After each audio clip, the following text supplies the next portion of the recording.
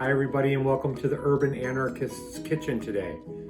Today we're going to be talking about ball jars. So these are canning jars.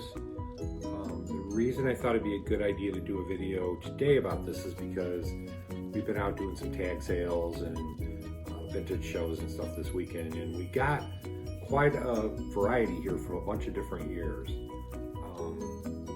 I bought a bunch of canning jars, the clear ones that you see here, or some of these actually, yesterday, and a bunch, and realized that there's a whole bunch of different years represented here. And then we were out at a vintage show today, and my daughter found this one as well, which actually takes us back a little further. So let's talk about this for a minute. So the blue one here, and a lot of people see blue and think that they're old, but they made blue ones for a lot of different years. But what makes this one old, and this one comes from between 1910 and 1923.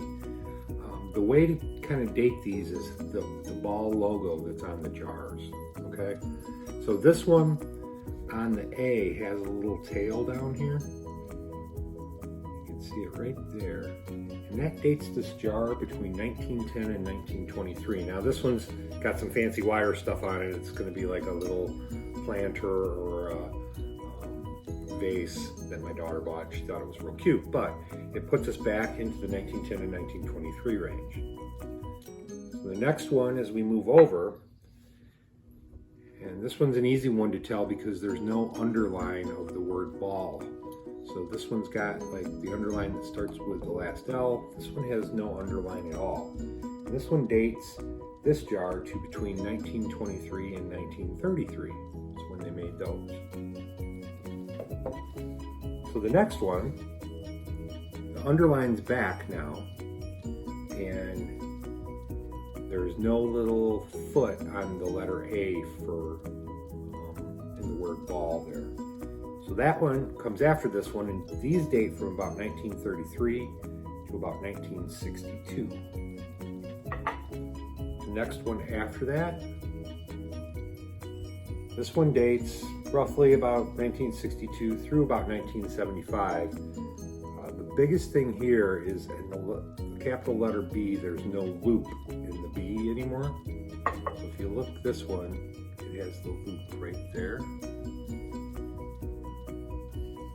And when you switch to the next batch of years, there is no loop in the letter B.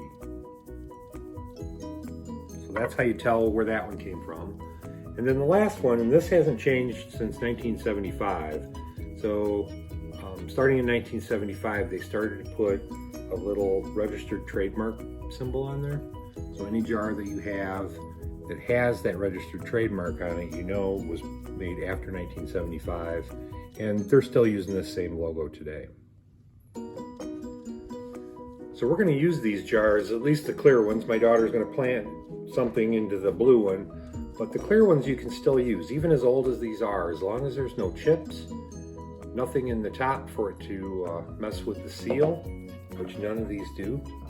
They're all actually in really good shape. And we're going to use these to can with as the summer goes on and the garden starts to give us more and more harvest.